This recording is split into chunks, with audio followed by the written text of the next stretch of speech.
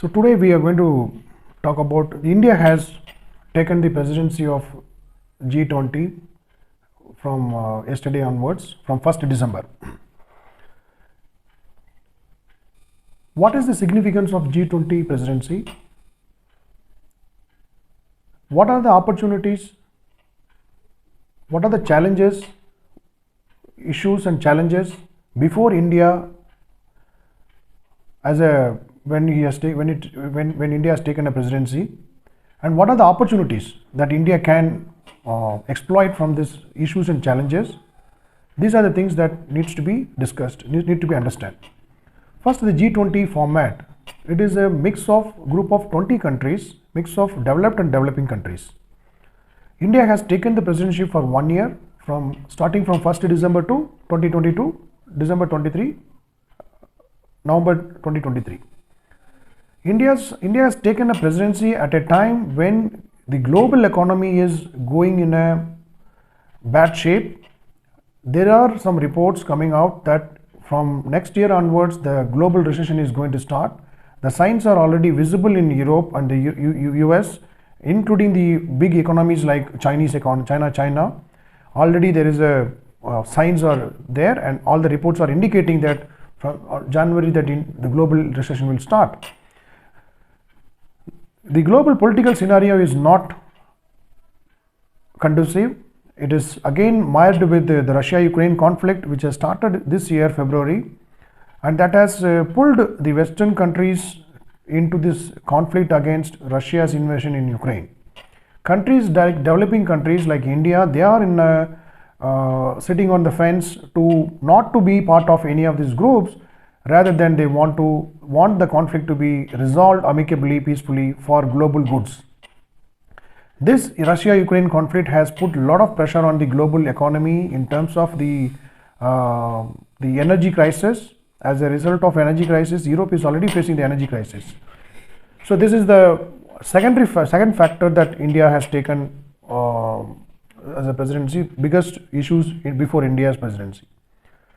The third aspect is the pandemic since early 2020 to 2022, 2 years, it has broken the global supply chain, and that has also affected the global economy and the manufacturing sectors. So China used to be the manufacturing hub. It is now slowly losing that hold, and the products, we are not getting the cheap products from China's manufacturing, and the Western countries who are in a major importer of the goods manufactured from China are now diversifying their manufacturing units from China to elsewhere, and including India, and perhaps it will open an opportunity for India to tap those resources, like countries like India and Bangladesh already in the run to tap those resources apart from the South Asia. The other aspects that India's presidency comes when Chinese President Xi Jinping has got him re-elected through the party congress, which ended last month, and India and China also at the loggerheads in the both of them are stationed the troops in the line of actual control, LAC, and that border issues still remain unresolved, or the troop withdrawal has not yet completely taken place. There is no status quo restored. So this is the context in which India has taken a presidency. Now, what are the positive points that India has when it has taken a presidency? This is very well articulated. Yesterday early morning, there is an article published in the South China Morning Post from the Prime Minister himself, which has clearly given and outlined the goals and the goalpost for India's presidency. The mantra, although it is mentioned in the Bali summit, one earth, one family, one future.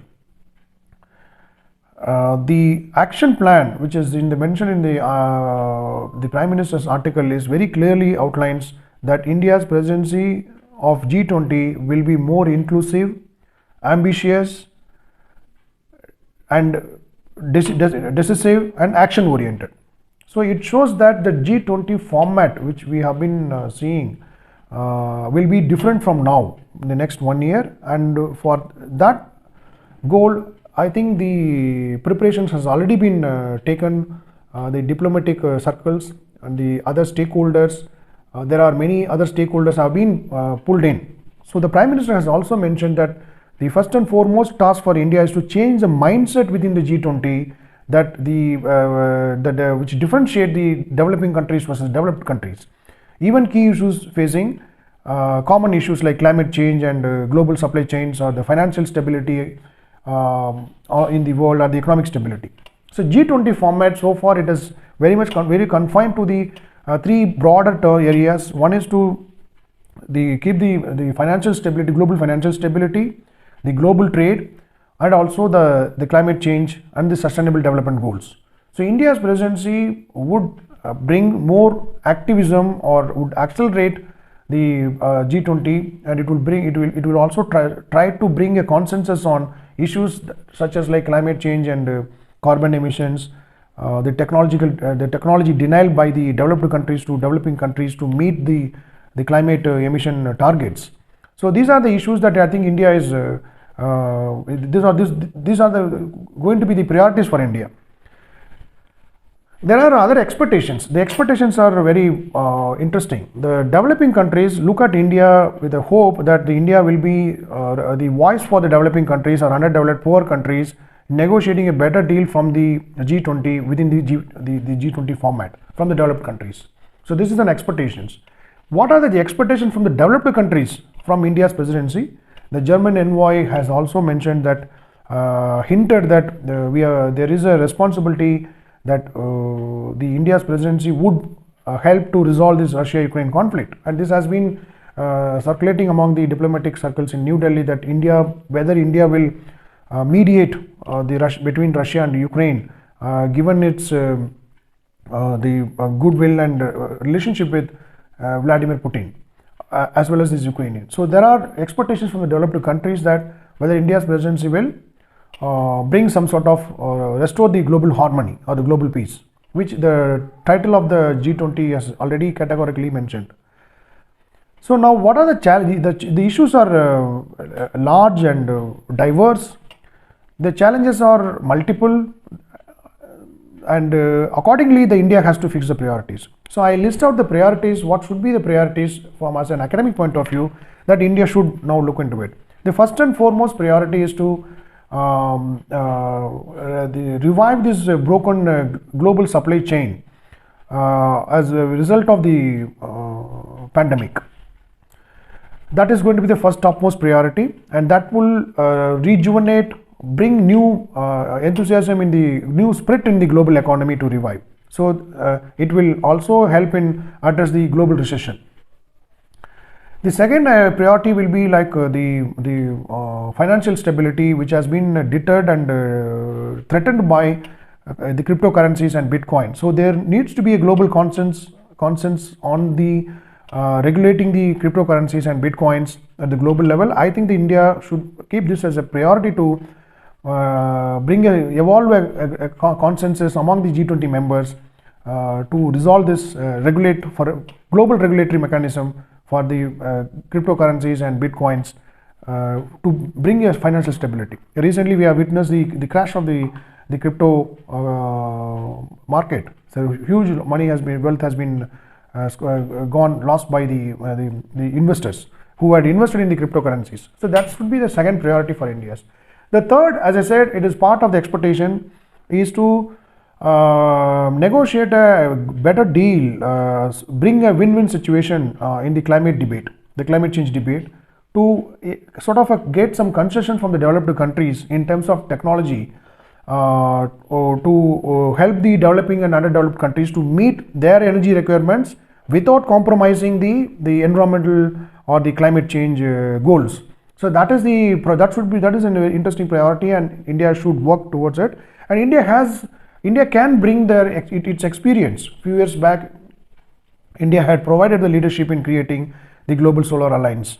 So based on that, the Global Solar Alliance is seen as an India's contribution to the global energy scenario. So and that would enhance India's that would give us a sort of bring India's experience into the G20, whether to sort of help the developing and poor developed countries who are being labeled as the major emitters, and also get some technology concession from the developed countries. So that should be another priority. When it comes to the financial stability, India's experience of digitization of the financial market in the last 7 to 10 years, based on the 2015 Digital India campaign, I think that would help India to share its experience at the G20 forum, where, for instance, the External Affairs Minister Jaishankar has mentioned in one of his speech that when he went to, during the COVID, went to Washington DC, the customs asked him the COVID RT-PCR report. So what he did is he could just open the WhatsApp, he opened his phone and show the digital copy of it, and they were surprised. Whereas his colleague from the United States, he had a hard copy, which has to, through lot of process, he had to secure that certificate that he had taken the vaccine certificate. So that's a long process. So the governance part, I think the digitization is India has the experience of bringing the digitization as a digital the governance in the governance model to the huge landscape. Like India is a diverse country and 120 crore people, and we have vaccinated almost 100 crore people, and it is not an easy task. And we have this is an experience that India can bring to the G20 nations. That's the priorities. Now, having said all these things, that the question remains whether India will bring any sort of set in a political agenda for the G20 in terms of resolving this ongoing conflict, Russia-Ukraine conflict, which slowly dragging the West European countries and other countries in terms of militarization, in terms of protective measures, mechanisms, and also affecting the energy and energy markets. So I think that India's the goodwill with the Russia and as well as the Western countries, India can evolve some sort of a consensus, and this has been articulated by the Foreign Secretary. He said that Russia will be part of the next 1 year G20 format. There will be represented in every groups and subgroupings, because G20 has many subgroupings. So Russia will be part of it. So in the overall format, what I observe, having seen studied similar multilateral format like G20, this is very unique in international politics or international relations, to see making a multilateral forum as sort of a people-centric or people-oriented, and making it as a movement. And that's what we have seen. The multiple groups have been created, and even in the domestic, many groups have been created to ensure the youths will actively participate in the G20. So if you bring the youths of G20 countries, they have the talent, they have the innovation, and they have the future, so that they can commonly shape this future, and they are the prime stakeholders who would, their energy and the innovation would steer the global economy in the next 50 decades, or in the entire decade. And I think that this is the responsibility that the G20 leadership India is having so India has capacity to leverage its potential to lead, and it is an opportunity, it's a golden opportunity for India to prove its global leadership. We had seen in the pandemic, despite we have a huge population to vaccinate, India had started this Vaccine Maitri project, and it was received very well in the least developed, underdeveloped countries. So, and the international organizations such as UN has appreciated India's effort. When the developed countries are stockpiling their the vaccines, are not ready to give the vaccines and for the humanity. So, from the humanitarian point of view, that India's this mantra which says that one earth, one family, which will break this monopolization of public goods, the common goods. So in the next year will be tightly packed for India's diplomatic corps, as well as the many subgroups which has been created, and we will see that next year how India is going, and it is also going to be a challenging year when January, as the Western reports, we go by the Western reports, if global recession kicks in, already the signs are very visible in the Western They are preparing for the Christmas and they are hoarding their fuels and even woods, stockpiling woods, hoping there will be energy crisis in Europe. During winter, it will be very difficult for Europeans to manage.